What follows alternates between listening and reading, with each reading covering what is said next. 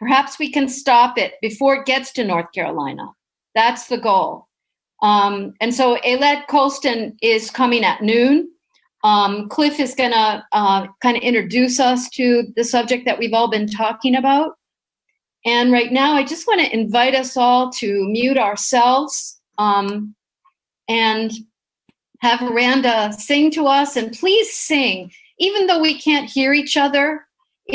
It's really helpful for the body. Like I was talking to somebody yesterday about how emotionally difficult this all is.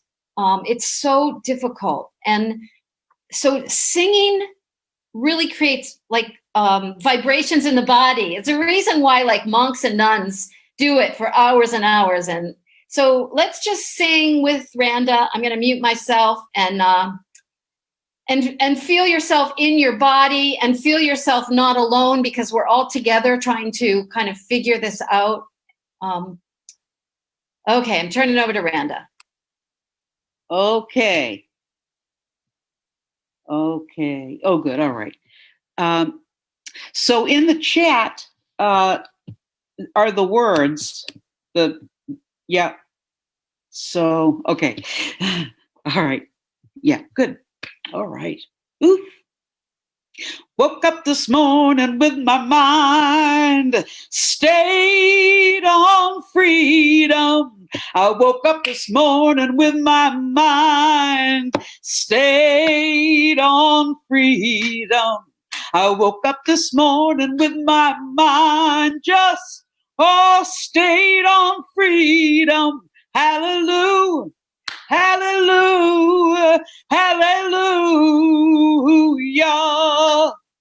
I woke up this morning with my mind stayed on justice. I woke up this morning with my mind just stayed on justice. I woke up this morning with my mind now stayed on justice. Hallelujah, hallelujah, hallelujah.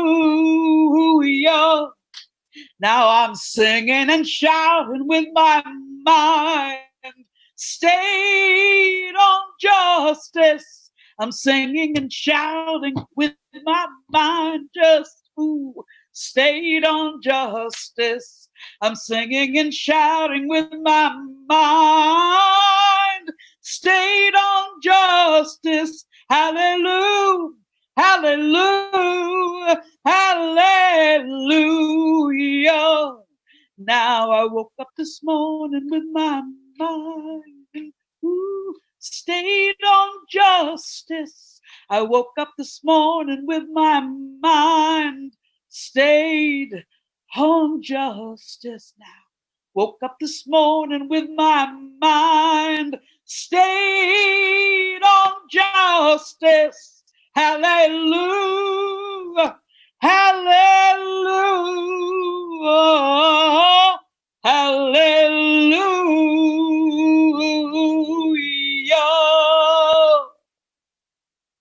Woo!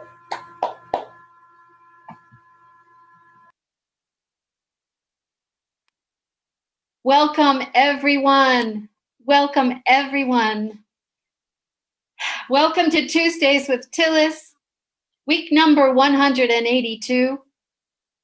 We are a community of nonviolent resistance. So good to see some people we haven't seen for a while. Hi, Sarah. And is anyone here for the first time?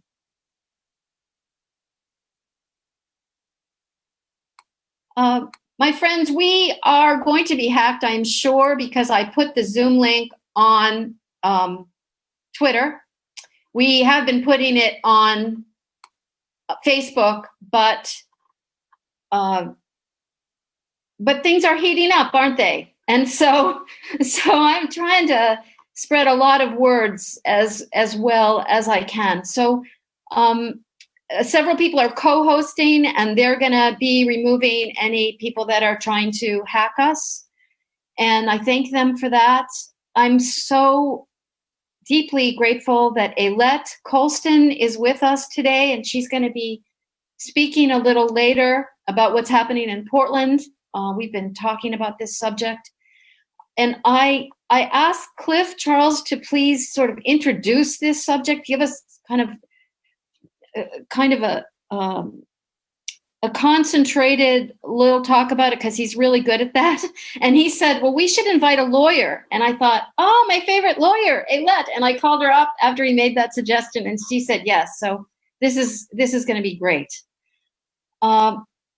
I think that we should move on to like reports and announcements. And I want to bring the environment and climate crisis people forward. They keep doing their work, even though we rarely talk about the climate and the environment because there's so much else going on. But I want to thank them. And I don't know who's going to speak for them, but please dive in. I'm muting myself.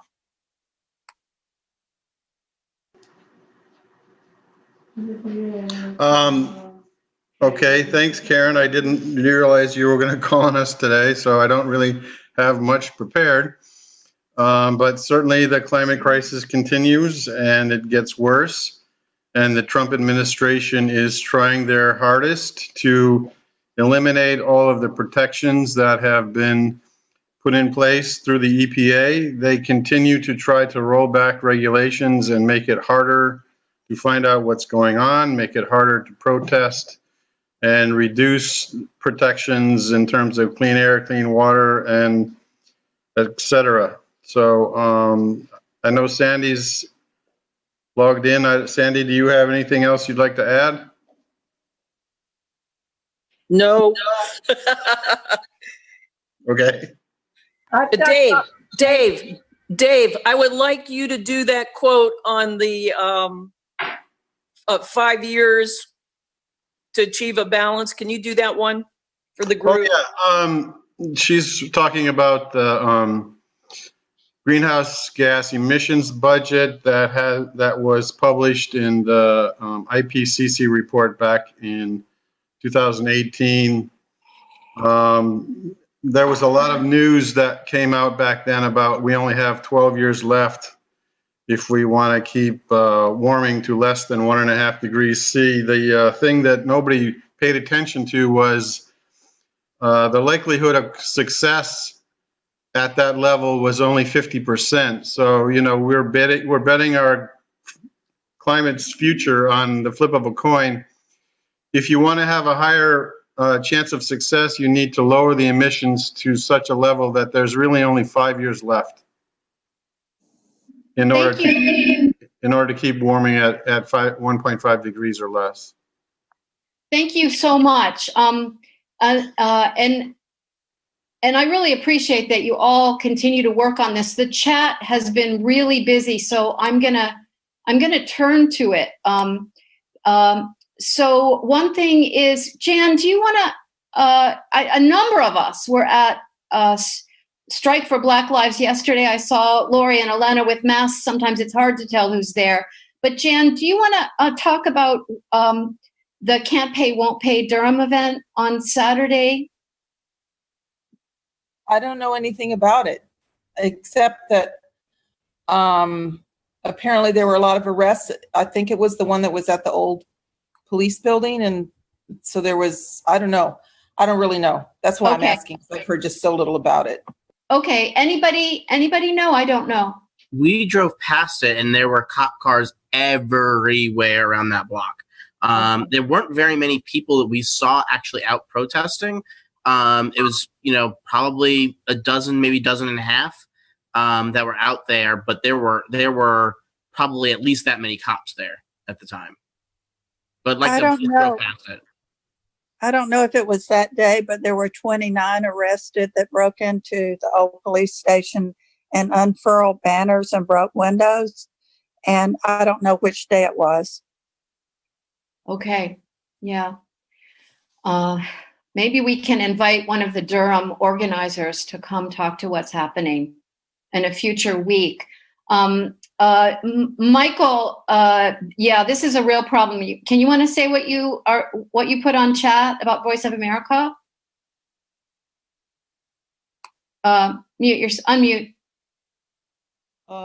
the Trump administration, and Donald Trump specifically, I'm sure, has told the Voice of America that their voice is no longer free. We will tell you what to say. So, I mean, this is the same, the whole playbook is all the same. I mean, this is his effort to control everything through the election, that there will be no election because he's not going to. And the problem is, in my mind, will be that on election day, he is going to be leading throughout the day because most of the votes are going to come in absentee and they won't be counted for 4 or 5 days. So he will say it's illegitimate. I won the election on election day and I'm not going to lead. And he's going to control everything, and he'll have his people placed in every major city across the United States to quell the violence. And it's really scary. And I asked the question before. I'm not so sure that these are people of the military or even employees. These could be, for all I know, part of Eric Prince's shadow military, or it could be right-wing anarchists. I don't know who they are. And it's very scary to see these people out there just grabbing people, kidnapping them off the streets for doing nothing other than exercising their First Amendment right. And tonight, I also put out there that supposedly his coronavirus task force is going to have nobody to speak about the coronavirus. So it's going to turn into another campaign rally. And his patriotic mask, he goes to a fundraiser last night and shows up with no mask on. So I guess he's not patriotic after all. You're muted, Karen. Thanks a lot. Thanks, Mike. So here's the thing. Yes. And we're going to spend most of this whole thing on what's happening in Portland and about these deployments. It's definitely true. I think one of the reasons why he probably targeted Portland is because there are a lot of right-wing militia there, and probably some of these guys are those people. And we've been preparing for this ever since the inauguration. Probably every single one of us has been seeing this coming and preparing for it. So I feel like part of our work is slowing down. I, like probably all of us, have been obsessively looking at the news, at Twitter, at Facebook, at what's happening in Portland.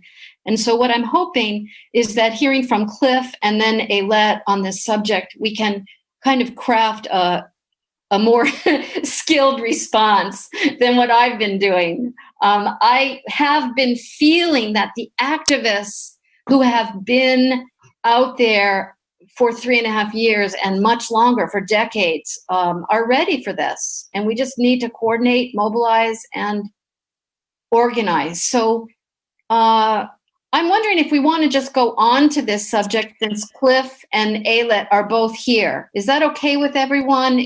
Speak up with anything urgent if you have anything that's urgent besides that. And you can keep putting things in the chat. This is Maple. I had a quick announcement for environmental. There is an online rally against that Mountain Valley pipeline that still wants to come through, and it's an Indigenous lady who does the missing and murdered Indigenous women. Crystal, she's doing it. It's and I put the Facebook event right in the chat there. That's at 10 o'clock on Saturday, and then there's a shoe strike, pretty quiet, down at Chapel Hill Plaza. Also from 10 but till 2 o'clock on Saturday, where Extinction Rebellion, you put all these shoes, you lay them all out with messages on climate. So that's a really interesting European action that's going on right in Chapel Hill also on Saturday.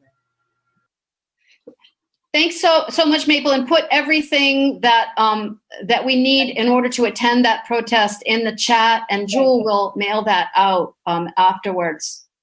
Okay, Sandy, quick. Can you hear me? Yes. I just want to say it was reported, you maybe know this, but I didn't. A Navy officer questioned some of this militia in Oregon. Yes. And they broke his hand.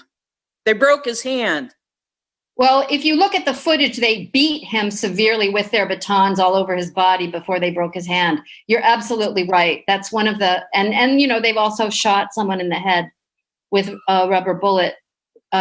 Yes, that's Navy. That Navy vet. What?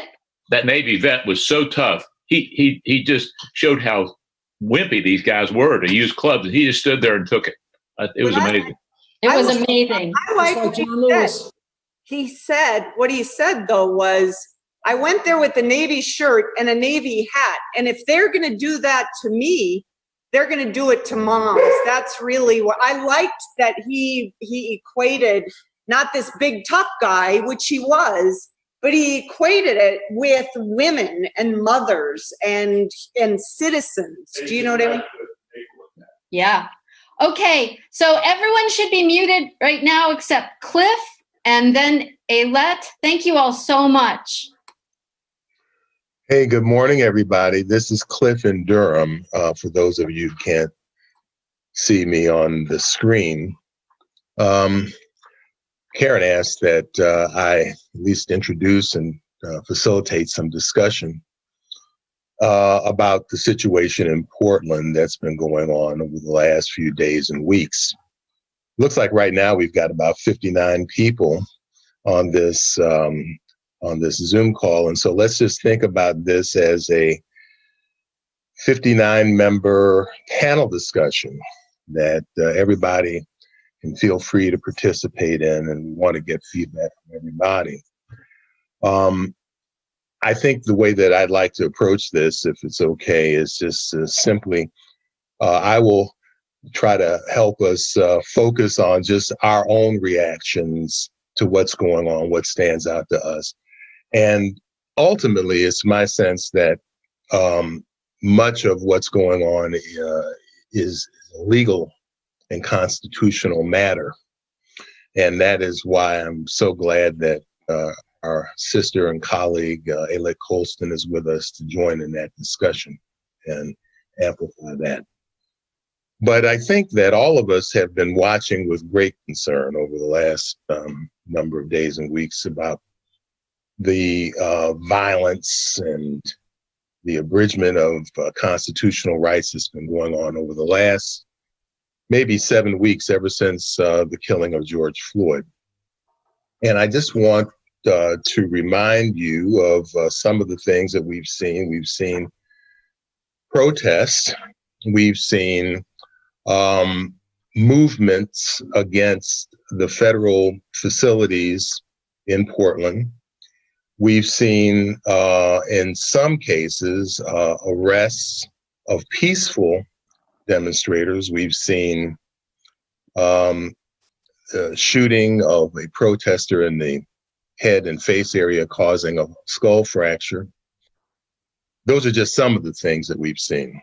But I want to turn it over to the rest of the people out there in Tuesday with Tillis Zoom land to speak on the things that have been most upsetting, most concerning to you.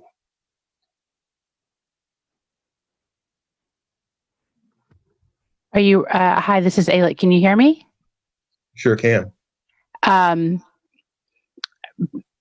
If you're ready for me to dive in with a little bit of legal context, or do you want to talk about reactions first? I don't want to jump the gun. Yeah, I want to make sure that our group has enough of a chance to identify the things that are most concerning to them. And just give voice to that, and then we can kind of transition to the legal implications of everything. This is Doyle. I think that the thing that concerns me is the parallel to Hitler's brown shirts, and that this is just the first shot in what's going to be a massive attempt to quelch dissent. And it's just so very frightening. And I think I think our only chance is for the leadership of Congress to just come down on this and just be very, very loud and object and not tolerate it at all.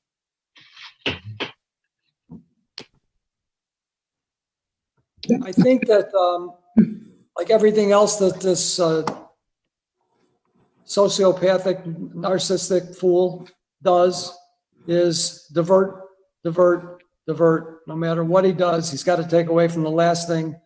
140,000 Americans are dead. Almost 4 million have been contracted this virus. So he's got another way to take care of things by taking our mind. And this is equal, not, I don't know if it's equally as serious, but this, yeah, it is. This could be worse. This is the end of the Constitution. But he's diverting. And now we're worried about people on the streets. I posted in the chat, what do our silent senators say if all of a sudden on the streets in Raleigh, we got a federal building here, and Charlotte, I'm sure, has got banks. What are they going to say when the brown shirts are marching through the streets of our cities in North Carolina? Nothing. Well, they better say something, because this is their future too. This is really, really, really something that I shouldn't say I never dreamed of it, but this is really scary. And this is going to be very violent, and it's frightening. I agree, but our Republican senators are not going to do anything. They have shown us that for 3.5 years. So that raises the question, what do we do? Because we've pleaded with those people. I know all of you have called, and they're unwilling. They have drunk the Kool-Aid, and they are not. Trump is their man, and they're not going to defy him in any manner that I can see. So I am very upset, concerned. And as a student of history, whoever said it's like Hitler and the brown shirts, the stormtroopers, we're there. We're there. So yeah, this is above and beyond any laws. We are going to have to stand and be strong against a wave that is huge and powerful, and we have got to wrest that power from them. Absolutely. I think what concerns me the most is that we haven't yet seen a complete flooding of the streets. I mean, there are more of us than there are of any number of those Border Patrol people or whoever else he's cobbled together, because apparently the military won't do it for him. And we just need to flood the streets. They physically can't move if there are more of us surrounding everything they try to do. And that's a nonviolent and powerful response from people. I don't think we need to care what they talk about in Congress or what legislation they do or don't pass. We just need to put our bodies, there are more of us. So that's what we should do. Absolutely. This is Lib commenting that I'm also very concerned that this may be a military experiment with the minds of the police that are being used.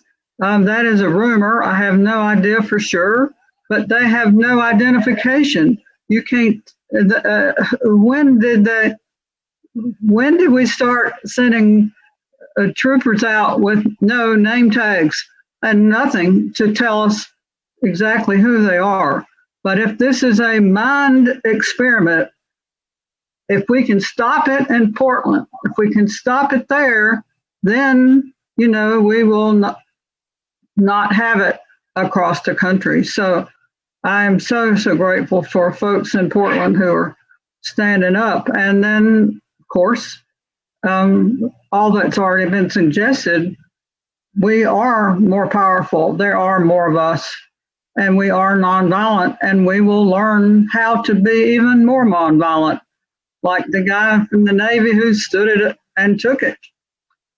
And at this point, I'd like to just interject that I put in the chat a link to an article that I happened upon this morning from The Nation that describes a House bill that is being sponsored later this week by Representatives Ocasio-Cortez and Eleanor Holmes Norton that will require officers to identify themselves going forward. So there is that movement.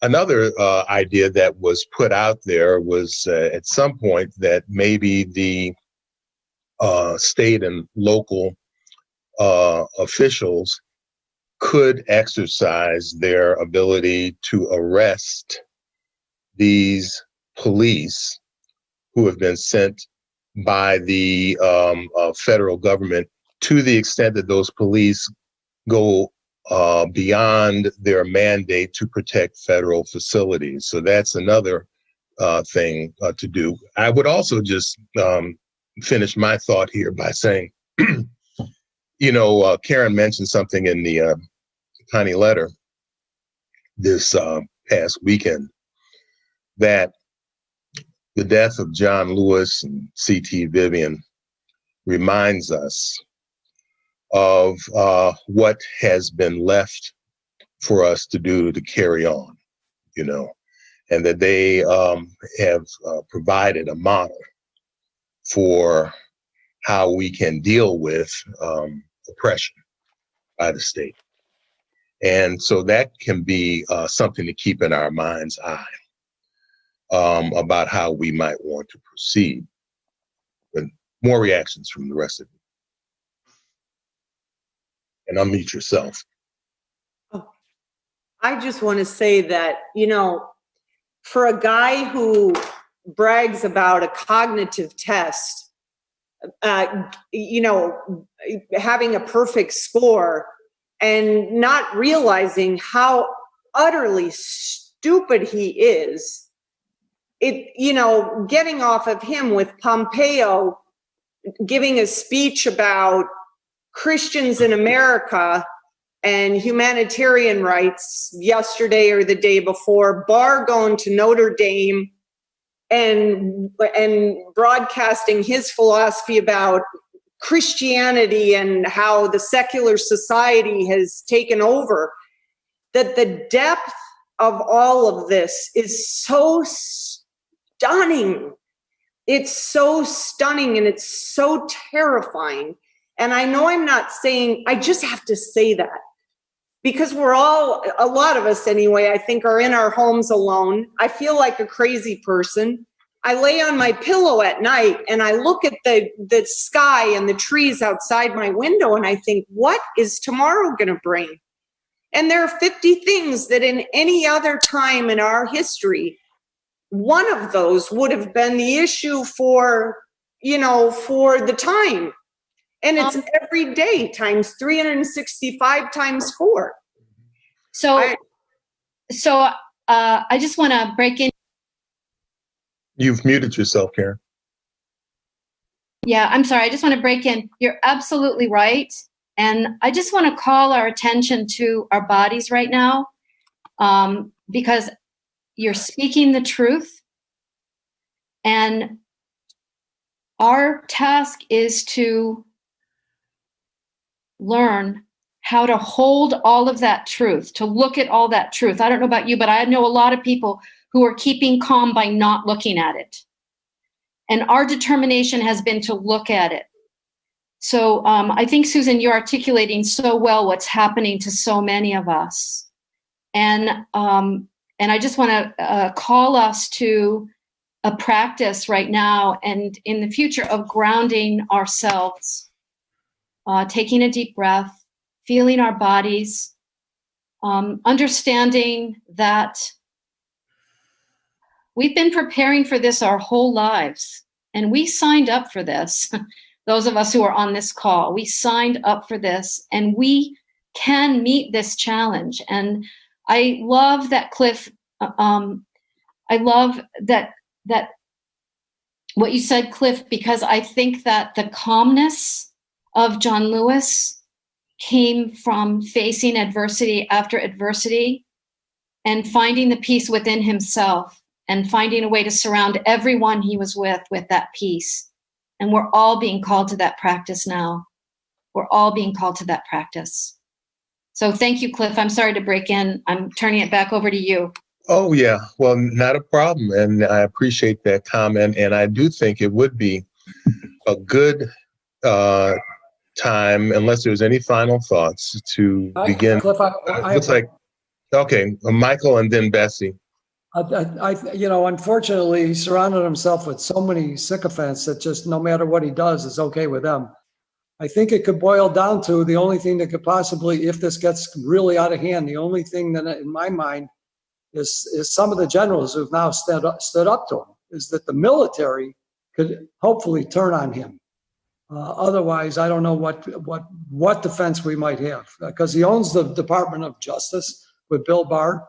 He owns the courts. So where do we go? Maybe Alet can tell us. And Bessie? Good morning. I would like to hear from that. Why is it that local police can't arrest these people? We don't know who they are. We're just taking it on somebody's word that they're federal. But if they're not labeled and identifiable, then why can't they be arrested? Do we just have to sit back and take this because we think, or somebody thinks, that they're federal? That's probably a good occasion for Alet, if you're ready, to address that and other items that you had on your agenda. Sure. At first, can everyone hear me okay? I can hear you. Yep. I'm wearing my son's gaming headset because I find it helps not have that feedback problem. But first, and this is something we all have heard before and we know, but it's a good reminder that when it comes to authoritarian takeovers, fascism, that we don't want to comply in advance. And part of that, I think, is language. I think language is very important when we talk about this, and I'll circle back to that in a moment. But there's a movie about, it's actually supposed to be a comedy. It's called The Death of Stalin. And it's a dark comedy. And I watched it again fairly recently. And one thing that really strikes me with that, even that movie, and then thinking about what's going on here is, Stalin was one man. He was one person. One human being cannot decimate millions of people unless a lot of people go along with it.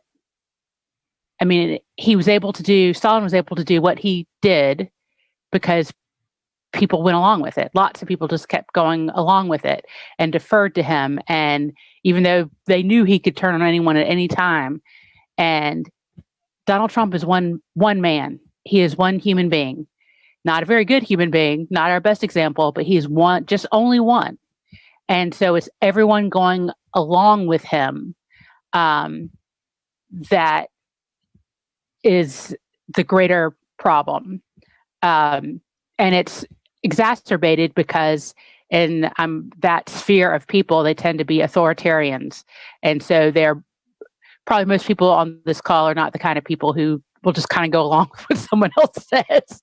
So, and we've probably been like that from the moment we were born. But just, we have to remember he is one person, and we need to make sure we don't comply in advance. So, just to touch on the broader legal field. First off, let's talk about federal jurisdiction for just a second. So and this is all stuff I'm just reminding you. So the federal government is a government of limited powers and can only step in when specifically authorized, very generally. Most criminal laws in the United States are a matter of state law, not federal law. And the feds can only detain someone or arrest someone. They only have jurisdiction if it's a federal crime, a specific federal crime that is enumerated by statute, or if it happens on federal property, like kind of regular crimes. If they happen on federal property, then the feds have jurisdiction. So they should not be seizing people off the street who have not been charged with any, and there's no warrant or anything. And no law official in the United States should detain someone without probable cause. We're talking basic Fourth Amendment to the Constitution, Fifth Amendment, due process. I mean, these are kind of our most kind of fundamental things, but they've been seizing people off the street who are not on federal property, who are like blocks away. I've spent some time because when you're not local, as we know, when people report on things that happen in North Carolina, it can be hard to figure out what's going on. But I've spent some time trying to kind of look at things in Portland, even though I'm not very familiar with the area. They've been seizing people, blocks away from the federal courthouse there, and not with probable cause, that articulable probable cause. It's not clear there's any federal statute. So, the Fourth Amendment, we've got Fourth Amendment, that's the search and seizure Fifth Amendment issues. I mean, these are kind of these very fundamental process issues of not having authority and not having legal justification for what they're doing. Now, you guys know this, but just, law is not magic. Sometimes people will say, well, they can't do that. That's unconstitutional. Well, the wheels of justice are slow, as we know. We also know laws can be changed. They can change interpretation in some way to give things legitimacy. So we can't wait for the law to kind of catch up with this, if that makes sense. Because sometimes I'll hear people say, well, that's unconstitutional. They can't do that. And they think that's just kind of the end of it. But we don't have time here to kind of wait for everything to kind of go through the whole process, if that makes sense. But I do think it's very important when we talk about this and when we're posting about it online and things like that, that we use accurate language. If you say things like officers arrested people in Portland, it already gives it legitimacy because you're calling them officers, you're calling it an arrest.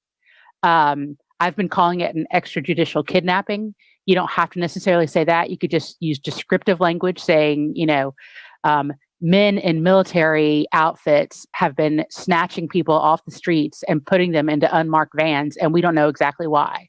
I mean, you could just use descriptive language, but we don't want to comply in advance by kind of giving them this kind of fig leaf of legitimacy by using the language that we would use if there was some problem, So I'm not calling them arrests. I'm not calling them officers, and I think that's really important. That we don't go along with the idea that this is somehow, it's not even really a question. Does that make sense? Because it's one thing to say like, well, maybe that was an improper arrest, or they should have, read the Miranda before, but we're not even in that territory. I'm not calling them officers. I'm not calling it arrests. We do not comply in advance. And language is important, especially because for those of us who are not physically in Portland. So we have to help how we can from a distance. And we can help from a distance. There's a few things that we can do. Number one is we can amplify Portland voices, the people who are on the ground in Portland who have been writing about this. There's independent journalists and photojournalists. So if we're on social media, we can boost their voices, things like likes, retweets, reposting, so that their voices are getting out of just Portland. We need to show that the entire country cares about this. It's not just Portland, because I think they picked Portland on purpose because, Portland's kind of wacky, right? I grew up in a small southern town. Sometimes when I look at stuff in Portland, I'm like, what are they doing? But honestly, they could do whatever. You don't kidnap people off the streets because of, graffiti or whatever. That's, that's just not okay. And even some of the kind of worse stuff that some of the protesters have done that we wouldn't have necessarily done in our tradition. Honestly, I've seen worse stuff at fraternity parties, and you did not see federal agents and going around arresting everyone who looks like a frat brother. You know what I mean? Like you don't just categorize. And I think, we have to agree that some of the stuff, it's not polite church-going behavior, but you don't kidnap people for that at an entire category of people, So anyways, we amplify Portland voices. That includes, in my view, commenting under articles that are already being written about it. The New York Times, Washington Post are beginning to write, but there's so much going on. It's hard to keep up with it, which I think can include things like saying, hey, New York Times, you're calling this an arrest. This is not an arrest. Like writing the people who wrote the article, things like that, and just saying, and because just one person, but if we all keep doing it, it's coming from all over the country. We're not just doing it only from Portland. We can amplify those voices. The other thing is to the extent we can, we need to help make enough of a ruckus to make sure that the international press is covering this.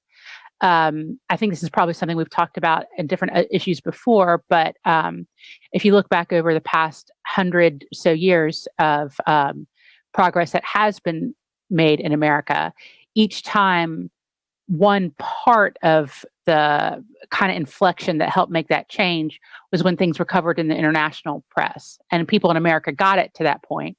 But like, Emmett Till, the pictures of Emmett Till were in a French newspaper. And so it makes it harder for them to hide stuff here when it's also in other countries.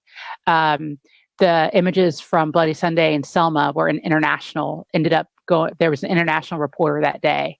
And it helps bring pressure on Washington if people in other countries are like, you guys are doing bad stuff. And so you've lost the moral authority here. I mean, that helps bring that next level of pressure. Even 100 years ago with the suffragists, the women's suffragists, a big inflection point was when they embarrassed the president in front of foreign dignitaries when the German Kaiser came to America, and the women protesters were all out there with signs for about to the Kaiser saying, I can't remember the exact language, but it made the president so mad that then he arrested all the suffragettes and threw them in jail. And that made everybody so mad that was what kind of finally freed up that logjam a little bit. So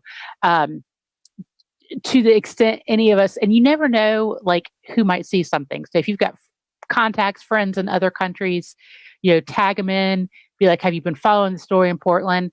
Because you never know. Maybe they have a teenager who's a K-pop fan, and the story will go in there. You never know.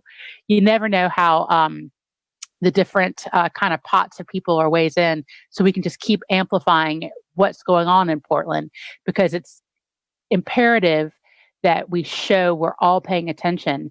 And I know there's a lot going on, and that's part of what Steve Bannon's, that he calls flooding the zone with shit. And so I think also, and it's tempting to not, it's hard for me because I get distracted on so many different things, but, I think it's worth spending a couple days doing nothing but posting and calling just on this, including calling our senators, even though we know they do not give a rat's ass. I mean, excuse my bad language, but I've obviously been in quarantine too long. But I'm cussing all over the place now. But because staffers pick those calls up. I mean, they talk to their friends. They're like, even people in North Carolina seem to care what's going on. So every little bit we can just show that we're paying attention all the way in North Carolina, and we're very concerned about this. We can really help and push that, and call our people in Congress, and just keep on it and amplifying what's happening. I do think absolutely that we need to. I think all the concerns are very warranted. I tend to be, and I think it's an American tendency that we always want to look at things in a more rosy way, and I always try to end on an upbeat. And this is serious. I mean, this is serious, and I do think we need to take it seriously. Not that we need to hide under our beds, but the opposite. We need to go out and be loud now, and think about everything we can do now to try to amplify what's happening there and the voices there, and try to help other people see the people in Portland as real people, and realize this could happen here. I mean, these are extrajudicial kidnappings, and this is what happened. I mean, not only in Nazi Germany, but more recently, I'm most familiar with Argentina under the Peronistas, when you had the dirty war in the 70s, and these things they start slow,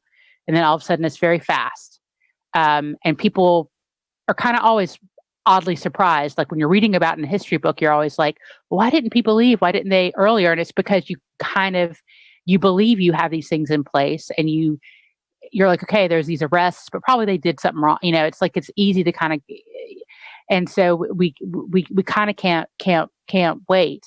I think America is up to the challenge if we all focus on it and amplify the voices and make sure we're using the descriptive language about what it really is. And I think that we are capable. I mean, we don't have to be just completely hopeless, but we also can't assume that, someone smarter or more important than us is going to come along and take care of it. It's really going to be everyone going out. And, and if it comes here, we need to be prepared. And in my view, I think it's always very important to think about what the images look like. So I would say we all need to all of us put on our church clothes and go out there with cameras and record everything. Because, you guys, you've seen me at the protests, and I'm usually, at home, I'm wearing my pajamas right now, but when I'm at the protests, I'm wearing a church dress and pearls. And that's because a cop is going to look like a jerk shooting someone who looks like they're going to church.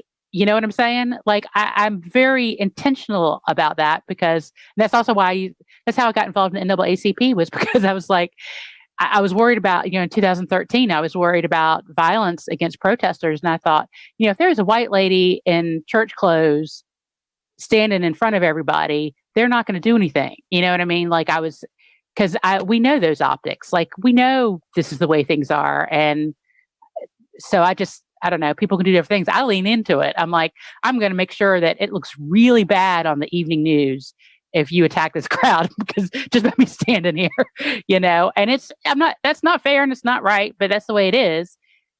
So I'm going to do what I'm going to use that to the extent I can to help keep other people safe. And we all can do that, because the images are important.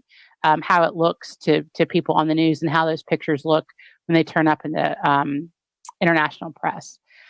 So that's, I think those of us who've been at protests over the past month, I know I've seen things I would not have expected to see just right here in Raleigh, when the state patrol started using tear gas on peaceful protesters. They really escalated in a way that was absolutely unwarranted. It was fairly stunning to see it in my own town.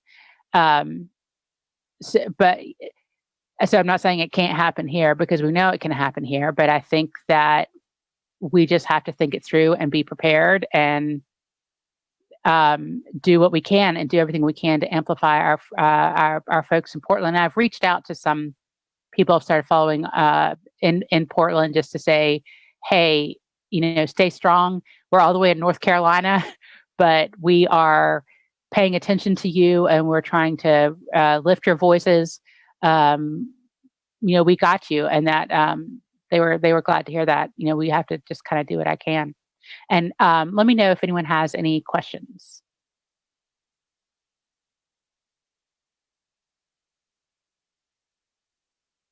Hi. So as I understand it, they're hiding behind this executive order that Trump signed to protect the monuments and whatever, the statues and all that. Can you sort of elaborate on the extent that an executive order like this would have in terms of the power that he can send troops or whatever, and then how much of that falls into the states' rights and all of those kinds of things that it should really kind of fall under? I don't know of any kind of fundamental aspect of the law in America that by executive order, the president can unilaterally authorize these extrajudicial kidnappings. Which is happening. Protecting federal monuments. And of course, most of the monuments have been taken down. Remember, we're not federal anyway. They can legitimately be, like, let's say, on the property of a federal courthouse. And if something is happening right there, if there's probable cause and there's a crime committed in front of, that kind of thing, if someone's on federal property. But it is unclear to me that there's any really legitimate authority that the president even could do under a executive order for what is actually happening. because, people will might bring up, think about, when they had the Fed sent in to help integrate schools, for example. Well, that was a court order. They were there to help facilitate a court order that was being ignored by the local, and then it was the National Guard that was sent in to help. And then they weren't randomly arresting people off the streets either. But even when they went in, that the Supreme Court had already ordered integrating schools and things like that. So, people will say, oh, what about this? What about that? They're not really comparable. There's nothing I can think of that's really quite like this that's happened in the United States in modern history. I mean, since the end of the Civil War, I can't think of, the end of Reconstruction. I can't think of anything quite like this. And Reconstruction, even, you could arguably, the South was occupied territory. I mean, that was a different, I don't see anything in modern history that really justifies what's actually happening. It gives it just enough kind of a sort of a patina of legitimacy. But for what is actually happening, you can't just randomly attack someone, have federal agents just randomly attacking or snatching people because they belong to a certain category of person. If you're wearing all black and on the streets of Portland, they can't just, I can't see any way that an executive order can kind of come over that. It does give them sort of some talking points and some things that kind of sound legitimate. Do you know what I mean? Like it's that thing of language that it's, where it's sort of like a fig leaf, it's just enough. And then I think the press, and I understand this, they're not comfortable reaching kind of a legal conclusion. They're not lawyers. They don't want to say, and I'm oftentimes timid myself without looking at everything first. You want to say, well, maybe there's some way this is legitimate I haven't thought of, or, whatever. But if you kind of just keep going back to this basic, Fourth Amendment, Fifth Amendment, limited jurisdiction of the feds, there's not it is to me not what is actually happening in Portland could not be legitimized by any executive order. I mean, it's past. We do have a little bit of a proof problem because we do have a lot of the reports of people being snatched and whatnot are not necessarily, they're not all on video. But I've heard enough reports of people being taken and they're driven around for about an hour and a half before anyone tells them what's going on or anything. I mean, that would be terrifying. Terrifying. If men grabbed me off the streets, pulled a beanie over my eyes and just drove me around for an hour and a half without talking to me, I would, no exaggeration, probably pee my pants. I would be that scared. I mean, I would be that terrified. And when you're that terrified, I mean, that's literally terrorism. They are literally using terror as a weapon. And I don't think there's we need to be very descriptive in our language and not use the language that kind of characterizes this as legitimate. And I know, and a lot of you guys know me, some of you don't know me as well, but I really do try to be careful and judicious in my language and not to overly inflame or go to, but I do think this is really serious. Like, I don't think, I don't think I'm being overly dramatic about this, the seriousness of this. I think we can still halt it. But, we need to encourage all of the activists and different pots of people we know to focus on this, which is, it's very hard to focus. We've got a pandemic. We've got so much going on. I can come back and talk about challenges with elections. I think we should do that as a separate topic because I think we need to spend the next few days focusing on this and amplifying what's going on there and in every way we can think of, because it's really public pressure that we need. I love the law. I believe in being a country of law and the processes, but it's not going to save us in this case. We need to have public pressure immediately in every way. And that can be just amplifying, the accounts of people who are there.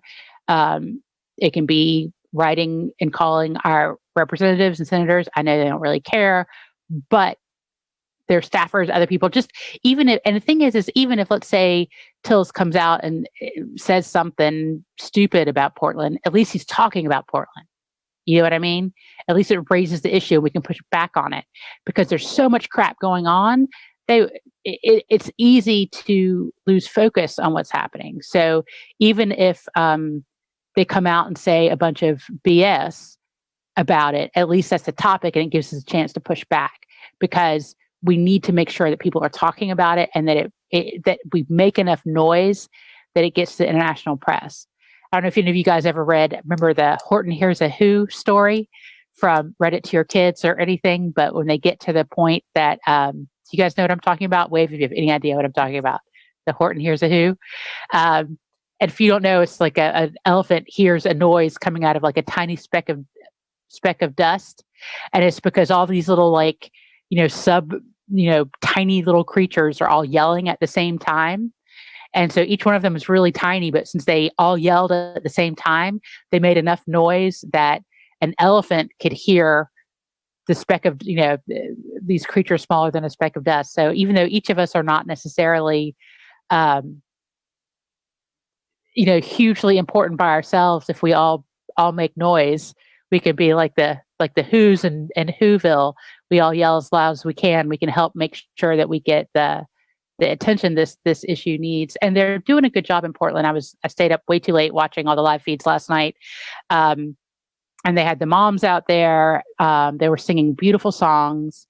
And that kind of thing's just the optics. It's not fair. And I never want to criticize the way anyone else protests at any point, but the optics, when it gets to serious, are important. So I'm glad to see some of the more organized stuff that happened. And of course, it devolved last night too. It's not that saves you. Having a bunch of peaceful middle-aged moms is not going to save you, but it looks so much worse when you see the feds tear gassing a bunch of middle-aged ladies out there. It's not fair. I'm not saying that's fair, but this is the world we live in, and we got to use the tools we have.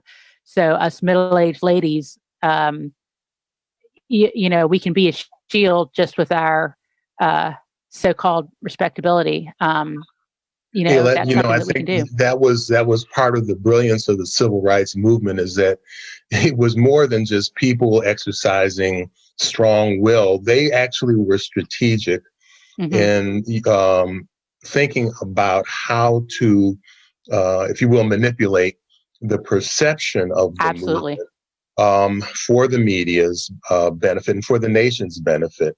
And that's exactly what is required now. It needs this moment requires us to think this through, to be strategic and disciplined and purposeful in our activity. There's always going to be, some people who decide that they want to destroy property or they want to loot or something, but the overwhelming majority of the people who are protesting in Portland and around the nation are people who have a clear moral purpose around everything from Black Lives Matter to our prospective descent into authoritarianism.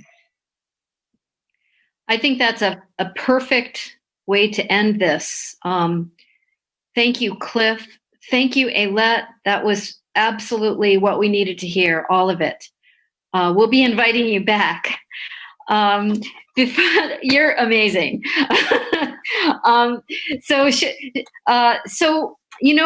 I am feeling the need to keep talking about this, and I'm going to put in the chat the idea that those of us who want to put our heads together about this have a Zoom at 11:30 on Thursday for people who can be part of it. In the meantime, all of us can follow these suggestions that Ailette made, and maybe those of us who do get together on Thursday to talk further about this, having followed some of these suggestions, we'll have something to offer the tiny letter over the weekend. Does that sound okay to some people? So but I do want to respect our time and have Randa lead us in the closing song, and then Susan's gonna do the closing. And when Susan's done doing the closing, don't forget to unmute yourself, because I'm hoping Scarlett will lead us in a chant. Thank you all, beautiful, beautiful people. We're all in this together.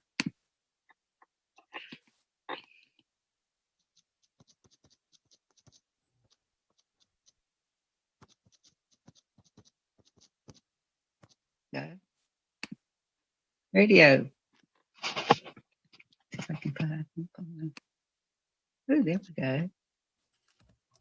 Oh, here is no no.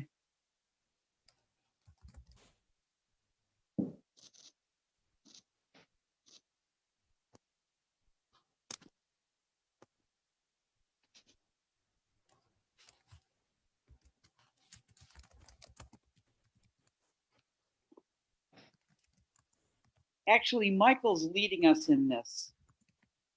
So I'm sorry, Michael. There you go. Mike, go ahead. Yeah, so. Right. Go ahead. Take it away. So Unmute. Here are the lyrics. Yep. Okay. There we go. I wasn't prepared to sing the Dylan song. I had my ukulele here, and I'm all ready to do Vote Him Out. I thought that's what we'd agreed on, and I thought we were talking about the Dylan privately for next time. No. Okay. We are doing Vote Him Out. We're doing Vote Him Out. It's coming right up. Sorry. Okay. Yeah. Vote him out. Vote him out. What election day it's all about. We'll put some new ones in and start it all again. Because we don't like who's in there. Vote him out. Well, mail-in ballots sure would help things out. Because Trump will try to put election day in doubt. Or you will end deceit and fraud and restore the rule of law. Just need an honest chance. Vote him out. Vote him out. Yeah, vote him out. When they're gone, sing and dance and shout. We'll vote some good ones in and start this thing again. Because we don't like the gin, but vote them out. Let's get to work, we sure know how. Be fierce, love strong, protect the future now. Let's end the fraud and lies. Get that White House sanitized. That nasty virus Trump. Vote him out. Yeah, vote him out. When he's gone, sing and dance and shout. We'll bring some good ones in and start the show again. We don't like who's in there. Vote him out. We're praying hard that Trump can stay well, or else the country's sure to go to hell. Imagine they get sick. We'll turn communist right quick, and Comrade Nancy's there. Who can tell? Vote him out, yeah, vote him out. I want to hold your hand, I want to sing into the same shout. We'll vote some good ones in and the show again. If you don't like who's in there, vote him out. If you don't like who's in there, vote him out.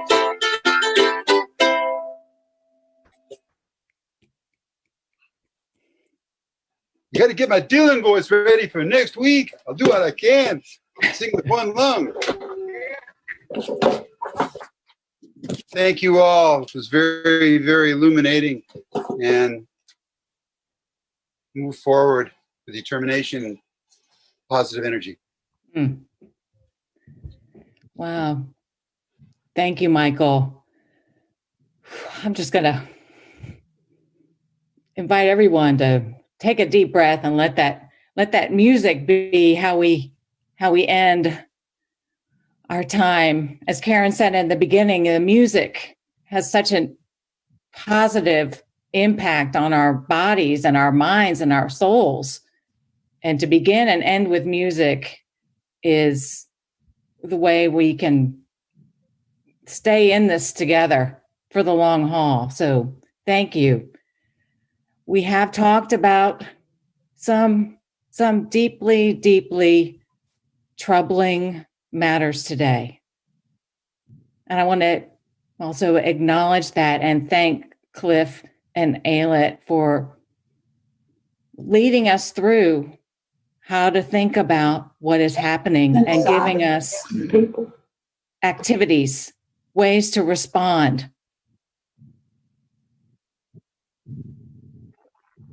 In these deeply troubling times, as John Lewis said, these are the times to make good trouble, necessary trouble. And we can draw on his strength, his spirit, CT, Vivian's spirit, this great cloud of witnesses who have left us and left us with work to do. Left us with work to do to continue making good trouble. John Lewis said, "You are a light. You are the light. And never let anyone, any person, or any force dampen, dim, or diminish your light." So keep on shining. Keep on shining. Thank you all.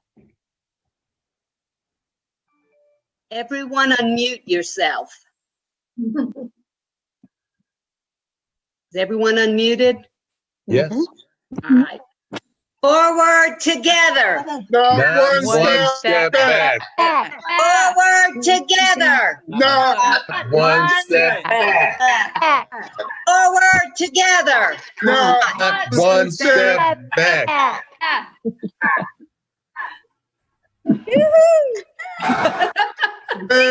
Everyone, thank you, especially Cliff and Ayelet. Thank you so much. Thank you, everybody. Thank you, everybody. Thank everybody. Thank you. Bye, everybody. Thanks, everyone. Glad we're inside, not out the heat. Yes. Love you guys. We were talking about that, George. We were glad not to go out.